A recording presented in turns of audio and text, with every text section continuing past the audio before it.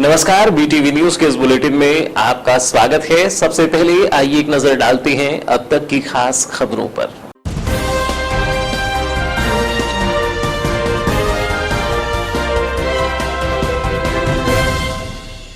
13 जून तक जेल में रहेंगे मनी डबल के आरोपी। न्यायालय ने बढ़ाई 13 जून तक की रिमांड। 3 फरार सहित एक निरुद्ध आरोपी की जमानत खारिज।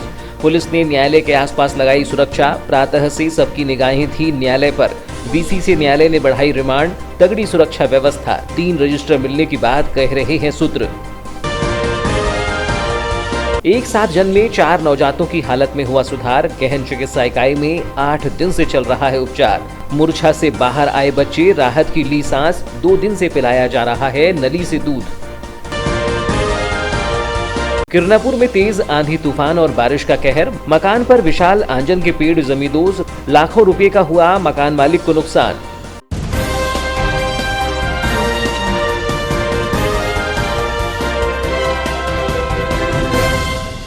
बालाघाट जिले के 2 युवाओं ने संघ लोक सेवा आयोग की सिविल सेवा परीक्षा 2021 में सफलता हासिल कर जिले का नाम रोशन किया है। वारासिनी तहसील के ग्राम झालेवाड़ा के मूल निवासी एवं सहायक संचालक उद्यान बालाघाट सीबी देशमुख के सुपुत्र राहुल देशमुख ने इस परीक्षा में 349 रैंक हासिल की है। इसी प्रकार खैरलांजी तहसील के ग्राम गजपुर के मूल निवासी एवं बैतूल जिले से सेवानिवृत्त संयुक्त कलेक्टर ज्ञानीराम पटले के सुपुत्र आदित्य पटले ने भी इस परीक्षा में 375 रैंक हासिल की है। बालाघाट जिले के इन युवाओं ने इस महत्वपूर्ण परीक्षा में सफलता हासिल कर जिले का गौरव बढ़ाया है। यह दोनों युवा इस सफलता के साथ ही प्रतियोगी परीक्षाओं की तैयारी कर रहे अन्य युवाओं के लिए प्रेरणा स्रोत व आदर्श बन गए हैं।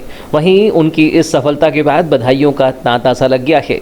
कहते हैं कि तैयारी इतनी खामोशी से की जाए कि सफलता शोर मचा दे, और आज वही वक्त है जब हमारे ही शहर के, हमारे ही ज़िले के एक युवा की सफलता ने शोर मचा दिया है। संघ लोक सेवा आयोग में 359वीं रैंक हासिल करना अपने आप में बहुत गौरव की बात है। सबसे पहले इन गौरवमयी क्षणों के साक्षी हमारे साथ जो हैं, इनकी उपस्थिति में राहुल देशमुख जी, आपको बहुत बहुत शुभकामनाएँ, बधाइयाँ।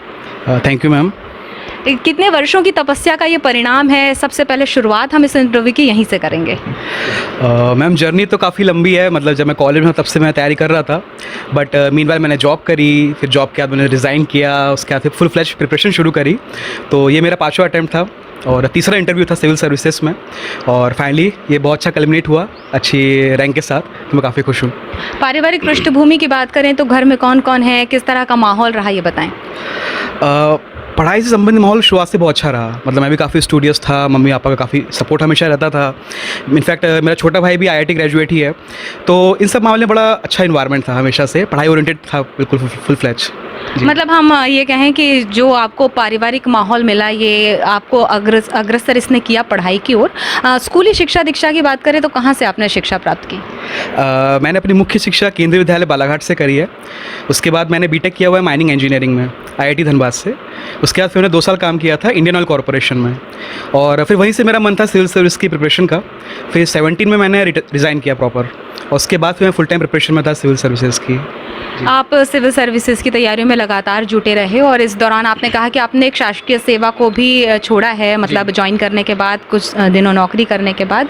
तो इतना साहसिक निर्णय लेने के पीछे क्या भावना प्रबल रही? डिसीजन तो सच्ची में बहुत टफ था। मतलब मुझे अभी भी याद है कि मैं कितना मायूस था जब मैं छोड़ा था जॉब को, कि इतनी अच्छी स्टेबलिश जॉब को छोड़ के फिर एक अनसर्टन जर्नी के लिए जाना। बट कहीं ना कहीं मुझे विश्वास था कि नहीं, मैं कर लूँगा, क्योंकि मैं शुरुआत से अच्छा रहा हूँ। ये आज नहीं तो कल मेरा इसमें सिलेक्शन होगा।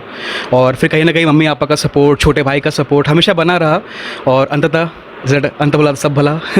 किन किन विषयों में आपकी कमांड रही, और आपने IAS के दौरान किन किन विषयों पर खासा ध्यान दिया? जी, मेरा वैकल्पिक विषय एंथ्रोपोलॉजी है, ये था। साथ ही साथ जनरल स्टडीज़ में मुझे इकोनॉमिक्स और पॉलिटी काफ़ी अच्छा लगता था। इन पर मैंने काफ़ी अच्छा काम भी किया, और साथ ही साथ मैंने समय के साथ समझा कि इस एग्ज़ाम की रिक्वायरमेंट क्या है। जो सामान्यतः जो अभ्यर्थी होते हैं वो ये नहीं समझ पाते कि एग्ज़ाम में क्या रिक्वायर्ड है या क्या किस ओरिएंटेशन पढ़ाई करनी है, जो सबसे इंपॉर्टेंट एलिमेंट है। ये मैं समय के साथ सुधरता गया, बेहतर होता गया, और फाइनल लगता है उसने इस बार अच्छा काम किया और अच्छी रैंक आई है। अच्छा, आप सबसे पहले ये जानना चाहें कि आप, चूँकि आपने कहा कि आपका 5वां अटैम्प्ट था, आज जब आपने अपने परिणाम देखे, पहली प्रतिक्रिया कैसी थी? पहली प्रतिक्रिया तो ये थी कि चलो इतना जो पेन मुझे उठाना पड़ा ये सब कल्मिनेट हुआ at the end of the day. मतलब मुझे काफ़ी अप डाउन देखने पड़े, बट अच्छी बात ये थी मेरा परसेवरेंस बना हुआ था, मैं कहीं टूटा नहीं अंदर से, मैं चलता रहा हो गया। वहीं अपने पुत्र राहुल की सफलता को लेकर उनके पिता सीवी देशमुख और माता ने इसे अपने बच्चे की मेहनत का फल बताया। सबसे पहले जब आपने सुना कि आपके बड़े पुत्र का चयन यूपीएससी में हो गया है, क्या मन में किस तरह के भाव जागे? सबसे पहले ने भगवान को धन्यवाद किया, फिर उसके बाद में बच्चे से बात की मैंने कि बेटा बहुत बधाई, तेरी मेहनत सफल हो गई कह के, और सभी को मैंने धन्यवाद दिया, भगवान को धन्यवाद दिया, सबसे पहले प्रभु को दिया धन्यवाद कि आपकी कृपा सब अच्छा हुआ।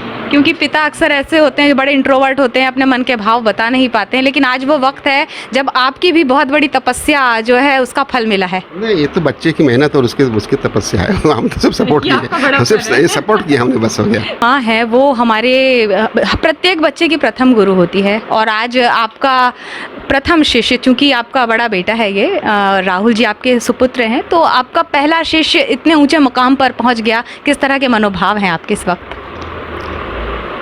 मैडम मैं बहुत सरल हूँ, मुझे बस मैं तो इसकी सहायता करती रही कहना चाहिए, बाकी मैंने वही कर्तव्य अपने निभाए जो एक माँ को निभाना चाहिए। वो शुरू से बहुत मेधावी था, मेरे दोनों बच्चे बहुत मेधावी हैं, और मैंने बस वो अपना कर्तव्य निभाती गई और आज ये इस स्थान पर पहुँचा, मुझे बहुत खुशी है। मतलब अर्जुन के सारथी तो श्री कृष्ण ही थे, और आज श्री कृष्ण ने अर्जुन को उसके मुकाम तक पहुंचा दिया है, तो एक माँ होने के नाते आज क्या प्राउड मोमेंट है आपके लिए? बहुत खुशी है मैडम, बहुत ज़्यादा खुशी है, शायद अब मेरे पास तो ऐसा लग रहा है कि शब्द ही नहीं है। अब मैं कैसे भगवान का शुक्रिया करूं, माता रानी की कृपा है सब। जराही निवासी एक प्रसूता प्रीति मेश्राम ने प्रथम प्रसव के दौरान ही एक साथ 4 नवजात शिशुओं को जन्म दिया था, जो बालाघाट जिले का भी पहला मामला है। जन्म के साथ ही चारों नवजातों की स्थिति गंभीर होने से उन्हें नवजात शिशु गहन चिकित्सा इकाई में भर्ती कर उनका उपचार किया जा रहा है। नोडल अधिकारी शिशु रोग विशेषज्ञ डॉक्टर निलय जैन ने बताया कि आज 8वें दिन में नवजातों की स्थिति में काफी सुधार है और वे अब मूर्छा से बाहर आ गए हैं। उन्होंने बताया कि वर्तमान समय में उन्हें ऑक्सीजन में रखा गया है और बिना ऑक्सीजन के 95% ऑक्सीजन आने लगा है। वहीं विगत 2 दिनों से नली के सहारे उन्हें दूध भी पिलाया जाने लगा है, जिससे चारों नवजातों के जल्द पूर्ण रूप से स्वस्थ होने की संभावना भी बढ़ गई है। उन्होंने बताया कि जब वे भर्ती हुए थे तब उनके बचने की संभावना नगण्य थी, लेकिन नवजात शिशु गहन चिकित्सा इकाई के पूरे स्टाफ की मेहनत का नतीजा है कि चारों नवजात अब धीरे धीरे स्वस्थ होने लगे हैं, जो इकाई के लिए भी बड़ी बात है। लेकिन आज जो चारों नवजात जो शिशु हैं, जैसा कि सभी को विदित ही है कि ये चारों जो है मतलब पहले सीजन में हो गए थे, माँ का पहला बच्चा था, जो एक साथ 4 बच्चे इसको प्राप्त हुए। तो चारों नवजात शिशु को आज 8वां दिन हो चुका है, और चारों नवजात शिशु आते साथ ही बड़ी गंभीर अवस्था में आए थे, क्योंकि इनका एक तो वजन बहुत कम था, 1 किलो के आसपास ही चारों का वजन था। उसके बाद चारों में तो कम समय के थे, कम वजन के थे, स्थिति गंभीर थी, उनको सांस लेने में दिक्कत हो रही थी। बच्चों को मतलब शॉक जो बोलते हैं, मूर्छा की अवस्था थी उस समय जब आए थे, और ऑक्सीजन की बहुत ज़्यादा कमी थी, और उसके बाद इनको कोई ना कोई तकलीफ होते रही। तो आज 8 दिन हो गए, जैसे कि आप देख ही रहे हैं कि 8 दिन में बच्चों की स्थिति में कुछ सुधार अब परिलक्षित होने लगा है। पिछले 2 दिनों से बच्चों की स्थिति में सुधार परिलक्षित हो रहा है। शॉक की स्थिति जो थी, इनका शॉक मतलब बच्चे मूर्छा की इस अवस्था में थे, उसमें से 3 बच्चे जो हैं, मतलब हम यदि चौथे बच्चे को छोड़ दें तो पहला, दूसरा, तीसरा जो शॉक की स्थिति वो उबर चुके हैं। ऑक्सीजन सेचुरेशन अभी भी ऑक्सीजन सपोर्ट के सहारे ये लोग चल रहे हैं। विद ऑक्सीजन जो है इनका जो सेचुरेशन है वो 95 के ऊपर चल रहा है। शॉक की स्थिति खत्म हो गई है और बच्चों में हलचल चालू हो गई है। वट सावित्री के व्रत में भगवान विष्णु और वट वृक्ष की पूजा करने से न सिर्फ पति को दीर्घायु मिलती है, बल्कि घर में सुख संपन्नता भी बढ़ती है। सुहागन महिलाएं पति की लंबी उम्र के लिए वट सावित्री का व्रत रखती हैं। मान्यता है कि वट वृक्ष की पूजा करने से लंबी आयु, सुख समृद्धि और अखंड सौभाग्य का फल प्राप्त होता है। सनातन धर्म में नियमित पूजा पाठ और समय समय पर आने वाले व्रत त्योहारों का विशेष महत्व होता है। इसी के साथ आज सोमवती अमावस्या है और ये एक शुभ संयोग माना जा रहा है। वट सावित्री का व्रत भी इसलिए आज महत्वपूर्ण बन गया है। अखंड सुहाग की कामना से प्रतिवर्ष सुहागन महिलाओं द्वारा ज्येष्ठ मास की अमावस्या को वट सावित्री व्रत रखा जाता है। इस साल ये तिथि काफी महत्वपूर्ण है क्योंकि कई सालों बाद 30 मई को सोमवती अमावस्या का शुभ संयोग बन रहा है। सोमवती अमावस्या के दिन किया गया व्रत, पूजा पाठ, स्नान और दान आदि का अक्षय फल मिलता है। इस दिन बरगद के वृक्ष की पूजा कर महिलाएं देवी सावित्री के त्याग, पति प्रेम और पतिव्रत धर्म का स्मरण करती हैं और अपने पति के उत्तम स्वास्थ्य और दीर्घायु जीवन की कामना करती हैं। बालाघाट मुख्यालय में वट सावित्री का पूजन करने वाली महिलाओं ने वट वृक्ष की विधिवत पूजा अर्चना की और पति की दीर्घायु और परिवार की सुख समृद्धि की कामना की। व्रती कुमुद खरे ने बताया कि पति की दीर्घायु के लिए सुहागन महिलाएं ये व्रत करती हैं, जिसमें 5 प्रकार के फल फूल के साथ अठवाई और गुलगुले का भोग लगाया जाता है और वट वृक्ष की परिक्रमा कर वट सावित्री का व्रत करके पति की दीर्घायु की कामना की जाती है। जी है कि अपने यहाँ तो गुलगुले वगैरह चढ़ाते हैं, गुलगुले हैं, अठवाई हैं, फल फूल है, 5 तरह का फल फूल है, आम है और फूल पत्ती है, धूप बत्ती है, ये सब दिया लगा के अपन उनकी परिक्रमा देते हैं, उनको चढ़ा के कलश जला के और फिर उनकी मैंने परिक्रमा देते हैं और फिर हाथा लगाते हैं और उनसे विनती करते हैं कि जो कुछ गलती हो हमारे पति से या हमसे जो भी गलती हो तो हमारे पति को ठीक कर दिए। तो ये हम लोग ने उनकी कहानी सुन के और उनकी मैंने योनि लौटा दी और वो मैंने ठीक हो गई। आपका शुभ नाम? व्रती पूर्णिमा भारद्वाज ने बताया कि ये व्रत सुहागन महिलाएं अपने पति की दीर्घायु और परिवार के सुख समृद्धि के लिए करती हैं। यमराज ने माता सावित्री के पति सत्यवान के प्राण हर लिए थे, लेकिन माता सावित्री ने यमराज से अपने पति के प्राण वापस ला लिए थे, जो साबित करता है कि पत्नी पति के लिए यमराज से भी भिड़ सकती हैं। और यही कथा को मानते हुए सुहागन महिलाएं वट सावित्री का व्रत कर वट वृक्ष की परिक्रमा कर 7 बार उसे धागे से बांधती है और हाथा लगाती हैं, जिसके बाद पूजा कर फूल प्रसाद और अठवाइयों का भोग लगाकर पति की दीर्घायु और परिवार के लिए सुख समृद्धि की मनोकामना पूर्ति का आशीर्वाद मांगती हैं। ये लंबी आयु के लिए किया जाता है, जो सावित्री ने अपने पति सत्यवान के लिए किया था, जो उनको यमलोक से लेकर आ गए थे। क्या विधि है इसकी? इसकी विधि है कि इसमें 7 फेरे लेते हैं, वट की पूजा की जाती है, उसमें मीठा चढ़ाया जाता है और 7 फेरे लेते हैं, चने वगैरह सब चढ़ाते हैं। पूरे दिन निर्जला रहना पड़ता है? ये डिपेंड करता है, या तो पूजा करने के बाद खा लीजिए या उपवास रखिए। जिले में बीते कुछ दिनों से मौसम परिवर्तन के चलते जहां एक ओर मौसमी बीमारियों का खतरा नागरिकों पर मंडरा रहा है, तो वहीं अचानक बदलते मौसम के चलते आम जनजीवन प्रभावित भी हो रहा है।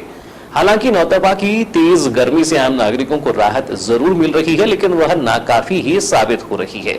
वहीं 30 मई की दोपहर किरनापुर सहित अन्य आसपास के क्षेत्रों में दोपहर 1 बजे से आए अचानक हवा तूफान ने लोगों को प्रभावित किया। वहीं इस दौरान एक विशालकाय पेड़ 2 मकानों में जमींदोज हो गया, जिसके चलते मकान मालिकों को हानि उठानी पड़ी है। किरनापुर और उसके आसपास के क्षेत्रों में सोमवार की दोपहर 1 बजे अचानक मौसम का मिजाज बदल गया और तेज आंधी तूफान और बारिश होने लगी, जिससे किरनापुर के वार्ड नंबर 1 में रजेगांव लांजी मार्ग पर लगा वर्षों पुराना विशालकाय आंजन का पेड़ 2 पक्के मकानों पर गिर गया, जिससे अफरा तफरी मच गई। गनीमत ये रही कि किसी जन की हानि नहीं हुई, लेकिन दोनों मकानों की बाउंड्री वॉल सहित छत को भारी नुकसान हुआ है। इस संबंध में मकान मालिकों ने बताया कि सड़क किनारे लगे आंजन पेड़ के खराब होने और नीचे से पूरी तरह से खोखला होने की शिकायत अनेकों बार क्रमशः सीएम हेल्पलाइन, लोक निर्माण विभाग लांजी, अनुविभागीय कार्यालय किरनापुर को भी की गई थी, लेकिन किसी ने भी इस ओर ध्यान नहीं दिया। इसी का परिणाम है कि हमें करीब दोनों मकान मिलाकर 50 लाख रुपए का नुकसान हुआ है। उन्होंने कहा कि आखिर इस नुकसान की भरपाई कौन करेगा। हाँ, सभी विभागों को एवं तहसीलदार एवं PWD के सबको मतलब लिखित कार्रवाई करके दी गई थी जी। इसके बाद भी मतलब अभी मौखिक यहाँ काम चला था, जो मतलब धुआर साहब को भी बोले थे कि बोले कट जाएगा करके उन्होंने भी वैसी नहीं किया। वो आज तक नहीं हुआ? आज तक नहीं हुआ। आज कितने का करीब का नुकसान हुआ है आपका? अब ऐसा आकलन करें तो अब कम से कम 25 लाख से कम की नहीं। मतलब ये दो घरों को नुकसान हुआ है, 25 लाख अलग अलग नुकसान हुआ, ये समझ सकते हैं।